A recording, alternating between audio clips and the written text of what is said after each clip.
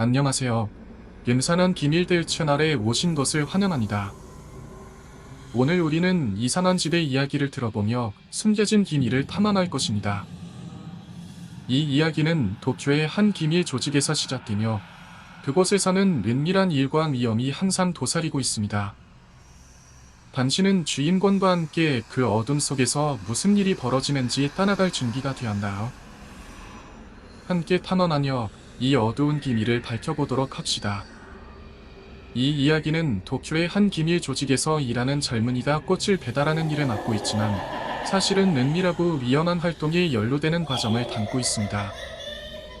어느 날 밤, 그는 특별한 임무를 부여받고 이상한 집으로 향하게 되며 그곳에서 끔찍한 비밀과 상상할 수 없는 존재들을 발견하게 됩니다. 기습이 들어가면서 진실이 드러나고 그는 예기치 못한 위협에 맞서게 됩니다. 이걸 적으면 옛날 내 친구라면 내가 누군지 알 거라고 생각해. 데이트년 산단이 위험해. 아직 살아있는 게 알려지면 또 날 찾으러 오겠지. 하지만 내가 적지 않는다면 그 우물의 존재는 어둠에 묻힐 거야. 그러니까 적으려고 해. 지금으로부터 몇 년 전, 나는 도쿄의 한 조직 젊은 간부 밑에서 일을 하고 있었어. 렌이라는 사람은 밑에서 일을 하고 있었는데 개인이 직접 일을 맡아서 하는 구조였어요. 사건이 터졌을 때 그 사람이 책임을 지고 이 사람들은 도망칠 수 있었으니까. 그 대신 돈은 꽤나 많이 받았어. 나는 동네 비교적으로 부자인 일본인 외국인이 노는 거리에서 일을 했어. 내 일을 위헌한 일들이라는 것은 거참 보이지만 실제로 내가 하던 일은 꽃집에 꽃을 가지러 가서 대금을 받는 일이었어. 그 꽃을 내가 고급 클럽까지 배달을 하는 일을 했던 거야. 그래서 돌아다니면서 꽃을 배달하고 수금을 하는 방식으로 한 달에 꽤 돈을 많이 받았어. 이게 얼마나 위험한 일인지는 잘 모르겠으나 처음에는 정말 성실하게 일을 했거든. 서론이 길어졌는데 일을 열심히 해서 시의 직속 도하인 씨에게도 신뢰는 받게 되었어. 그래서 이따금 꽃 배달을 하다가 다른 짐을 싣겠다고 불려간 적도 있었는데 짐을 싣고 있을 때는 절대로 운전석에서 벗어나지 않겠다는 약속을 받더라고. 심지어 그런 날을 감시하는 사람들까지 있었으니까. 이런 일을 할 때는 항상 앞에 있는 차를 따라가다가 목적지에 도착해서 물건을 옮기게 될 때 나는 항상 운전석에 앉아 있어야 했어. 대체 뭘 옮기는지 모르겠지만 꼭 일이 끝나면 상당한 돈을 주고 있거든. 거의 꽃 배달을 할 때 한 달치를 한 번에 주곤 했으니까. 어느 날 밤 또 두rum을 받았어. 박원이 청소이건 멤버가 아니고 간부이 씨가 있었고 씨와 K 씨 3명뿐이었거든요. 확실히 청소와는 다른 분위기였지. 내가 도착을 해도 엔진을 끄고 기다리라고 말을 할 뿐 속닥속닥 무슨 이야기를 나누고 있었어. 쟤는 이대로 돌려보내. 저 녀석은 괜찮아요. 그것보다 언뜻언뜻 대화가 들렸는데 결국 나는 운전을 하게 되었어. 어쩐지 나쁜 예감이 들었지만 말이야. 뒤쪽 휘치가 열려 있어서 뭔가를 싣고 있는 건 알 수 있었어. 하지만 이번에는 그런 톤이 아니었어. 실었을 때 소리가 말이야. 평소와는 달랐어. 무서운 것이긴 했지만 더욱이 이상한 것은 시와 씨가 나와 동승을 한 것. 평소에는 나 혼자 차를 타고 겐시를 따라가는 것뿐이었는데 갑자기 고속도로로 들어가는 거야. 이런 일을 할 때는 일반 도로에서도 CCG 없는 것만 골라서 갔었는데 CCG 많은 고속도로를 갔는 게 조금 의아하다는 생각이 들었거든. 차가 뜬해질 진 갑자기 시가 타고 있던 벤츠가 터널 안에서 흡리등을 쳤어. 그때까진 시도 한마디도 안 했는데 시가 오른쪽 차선에 들어가서 세우라고만 했어. 나는 그 말을 듣고 차를 세웠는데 모르사장 같은 곳에서 수진으로 차를 넣으라고 하더라고. 그리고 라이트를 끄고 차에서 내리라고 하는 거야. 뭔가 나쁜 예감이 들긴 했는데 내리라고 하니까 어쩔 수 없이 내리게 되었지. 시는 몇 마디 나누고는 떠났는데 시와 시가 둘이서 비닐봉지를 나르고 있더라. 영화 같은 데서 자주 나오는 시체 옮기는 것 같이 큰 봉지가 있는데 아무리 봐도 저 안에 사람이 있다는 생각이 들게 생겼거든. 엄청난 일에 휘말렸다 생각하니 허리가 아파. 봤어. 어째서 그냥 달리라는 나를 이런 일에 끌어들였지만 이딴 씨가 주머니에 열쇠가 있으니 그걸로 철망으로 된 문을 열라고 해서 문을 땄는데 그 안에 들어가니까 또 문이 하나 더 있더라. 문은 어떻게 열어야 하나 고민하고 있으니 씨가 또 주머니를 가르치며 열쇠를 줬고 거대한 철문을 열고 들어가니까 아무것도 보이지 않고 그냥 새까만 어둠만이 있을 뿐이었지. 그래서 후레쉬를 켜고 주변을 둘러보니 앞에 출입금지라는 말이 보이더라. 분명 들어올 때만 해도 도로 공단에서 관리하는 시설이라고 생각했는데 자세히 보니 전혀 정부에서 관리하는 것 같이 보이지 않더라고. 뒤에서 동지를 들고 있는 씨도 조금씩 땀을 흘리기 시작했는데 꽤나 무거워 보였지만 옮기는 걸 도우라고 하진 않았어. 안에 들어가니 바로 계단이 있었고 우리는 계속 아래로 내려갔어. 계속 내려가다 보니까 엄청나게 넓은 통로가 좌우로 늘어져 있었어.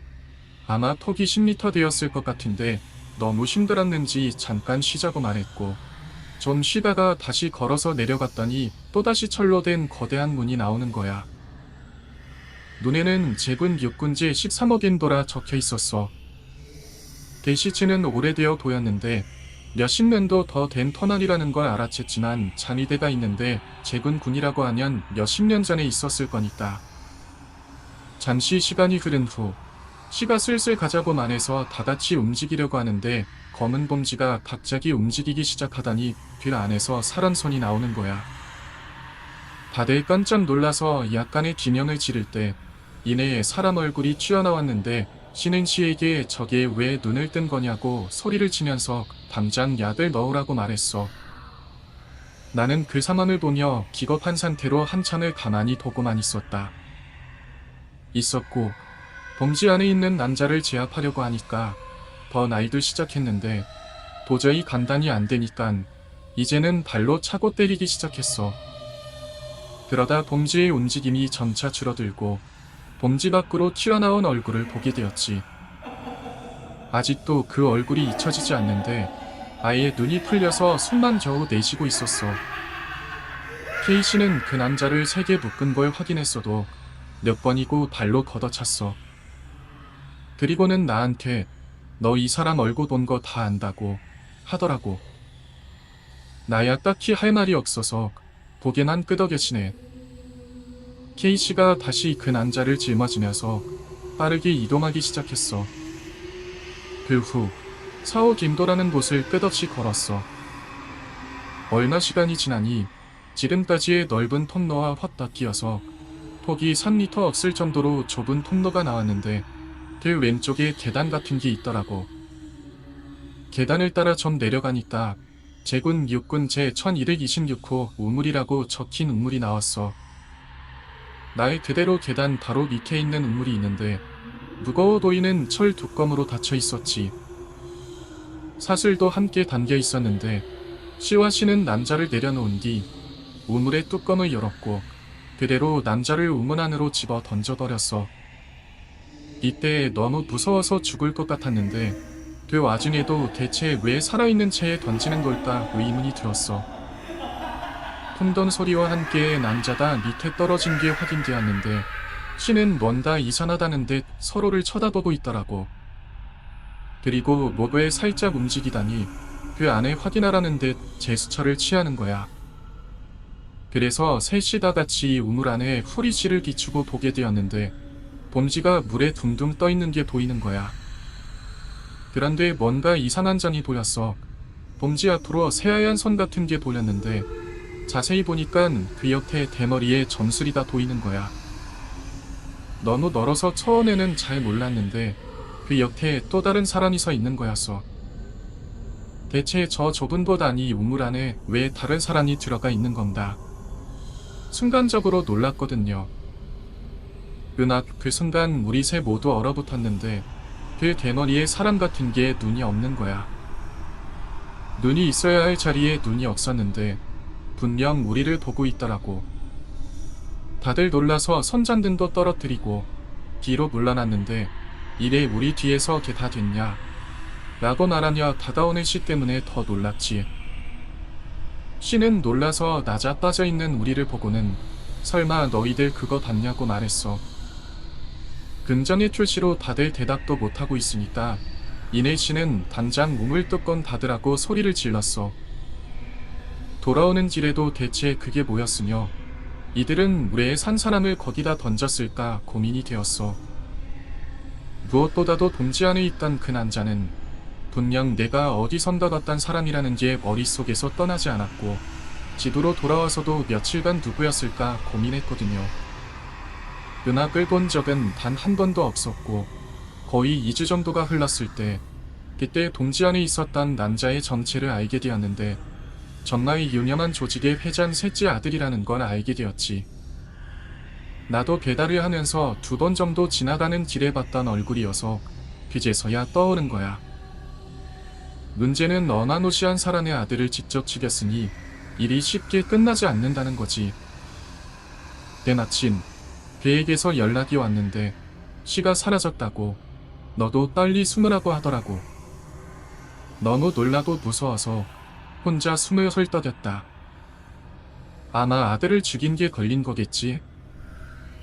바로 짐을 싸서 알매진 동네로 도망을 쳤는데 케이씨는 어떻게 되었는지 전혀 몰라. 만약 그 조직에서 내 위치를 알게 된다면 찾아와서 반드시 그 값을 응징하겠다.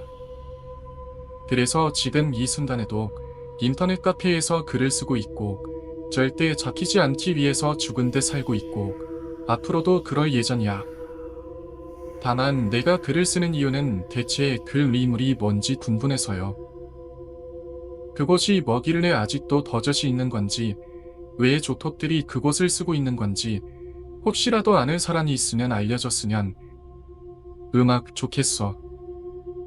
음악, 주인공과 함께 이 끔찍한 여정을 따라가며 숨겨진 기밀이 드러나는 순간을 함께했습니다. 이 집과 검은 봉지, 그리고 평화롭지 않은 영혼들은 우리로 하여금 어둠 속에서 일어나는 일들에 대해 깊이 생각하게 만듭니다. 오늘의 이야기가 마음에 드셨다면 끔산한 비밀들 채널을 좋아요와 구독을 눌러서 다음 공포 이야기를 놓치지 마세요. 아래 댓글에 여러분의 느낌을 공유해주세요. 오늘 우리가 탐험한 이 신기한 것들에 맞설 용기가 있으신가요?